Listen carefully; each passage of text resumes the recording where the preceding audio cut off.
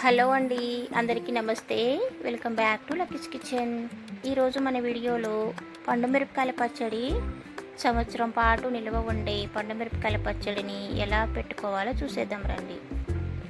ఇక్కడ 3 కేజీలు అయితే తీసుకున్నాను నేను మిరపకాయలు. ఇలా ఎర్రగా గట్టిగా ఉండాలన్నమాట. పట్టుకుంటే నీరున్న కాయలు తీసుకోవాలి. ఇలా తీసుకోండి. ఈ మిరపకాయలని ఉప్పు వాటర్లో వేసుకొని కొంచెం సేపు అలాగే పెట్టేసి తర్వాత కడిగి ఒక జాలి బుట్టలో వేసుకోండి. ఈ నీళ్ళన్నీ జారిపోయిన తర్వాత ఒక క్లాత్ వేసి ఫ్యాన్ కింద ఒక 10 నిమిషాల దాకా ఆరబెట్టుకోండి. తడి అయితే ఉండకూడదనమాట. ఇది ఆరిన తర్వాత కూడా మనకి ఇంకా డౌట్ ఉందనుకుంటే ఒక క్లాత్ తీసుకొని శుభ్రంగా తుడుచుకోవాలి. ఈ మిరపకాయలన్నీ తుడుచుకున్న తర్వాత తొడియాలు తీసుకొని పక్కన పెట్టేయండి. ఇక్కడ మా ఛానల్ కనుక మీరు ఫస్ట్ టైం చూస్తున్నట్టయితే సబ్స్క్రైబ్ చేసుకోండి. నచ్చితే లైక్ చేయండి. మీ చుట్టాలకి మీ ఫ్రెండ్స్కి షేర్ చేయండి.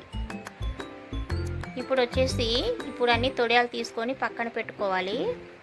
ఇక్కడ రోట్లో అయితే దంచుకోవాలన్నమాట. ఇట్లని దంచుతున్నాము.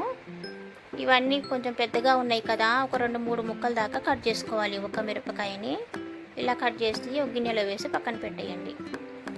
ఇక్కడ 3 కేజీల మిరపకాయలకి 50 గ్రాముల దాకా మెంతులు వేస్తున్నాను. 50 గ్రాములు అయితే సరిపోతుందండి. ఇవి కొంచెం దోరగా వేయించుకోవాలి. సువాసన వస్తుంది కదా, మంచి అరోమా వచ్చిన దాకా వేయించుకొని ఒక మిక్సీ గిన్నెలో వేసుకొని పొడి చేసి పక్కన పెట్టేయండి. ఇక్కడ 3 కేజీల మిరపకాయలకి 1/2 కేజీ చింతపండు, 3/4 కేజీ కల్లుప్పు, 1/4 కేజీ ఎల్లిపాయలు, 50 గ్రాముల మెంతులు. ఈ కొలతలు అయితే కరెక్ట్గా వస్తుంది. రోలు కూడా శుభ్రంగా కడుక్కోవాలండి. శుభ్రంగా కడిగి దాన్ని తడి లేకుండా తుడుచుకోవాలి. అలాగే దాంట్లోకి కొంచెంగా మిరపకాయలు వేసుకొని, ఇక్కడైతే మా పిల్లలు కూడా సాయపడ్డారండి. మా పిల్లలే దంచారు. అలాగే ఇది మొత్తం దంచిన తర్వాత దీంట్లోనే మొత్తం ఉప్పు, వెల్లిపాయలు, కొంచెం పసుపు అన్నీ వేసుకొని కచ్చబెచ్చగా దంచుకోవాలి. ఇప్పుడు ఒక ప్లాస్టిక్ డబ్బాలోకి నేను ముందుగానే చింతపండు మొత్తం క్లీన్ చేసి పెట్టాను. ఇది మొత్తం చింతగింజలు, నారలు ఉంటాయి కదా, ఇవన్నీ తీసుకోవాలి. మళ్ళీ మనం గ్రైండర్లో వేసి రుబ్బేటప్పుడు అన్నీ అడ్డుపడతాయి అన్నమాట. అదంతా ఆ డబ్బాలకి అడుగు భాగంలో వేసుకోండి. ఇప్పుడు దంచి పెట్టుకోం కదా తొక్కు, ఇది మొత్తం కూడా పైన మొత్తం లేయర్లుగా పెట్టేయాలి.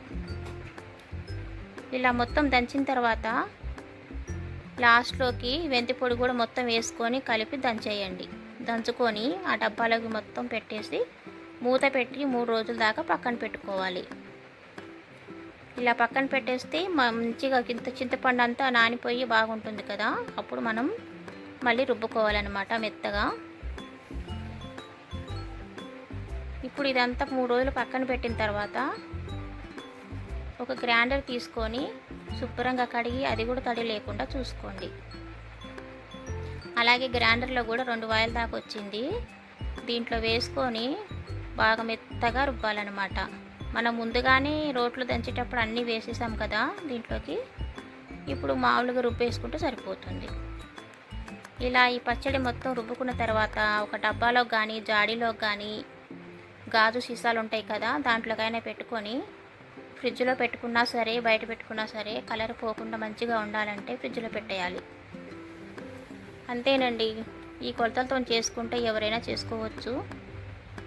మనకి తినాలనిపించినప్పుడు కొంచెంగా తీసుకొని ఇలా పోపు వేసుకొని పక్కన పెట్టుకోవచ్చు. దీంట్లోకి ఎండుమిరపకాయలు, కరివేపాకు, వెల్లుల్లి రెబ్బలు, తాలింపు గింజలు మొత్తం వేసుకొని పోపు వేసుకుంటే ఎంతో టేస్టీగా వేడివేడి అన్నంలోకి నెయ్యి వేసుకొని తింటే సూపర్గా ఉంటుందన్నమాట. మీరు కూడా చేసుకొని ట్రై చేయండి ఒకసారి.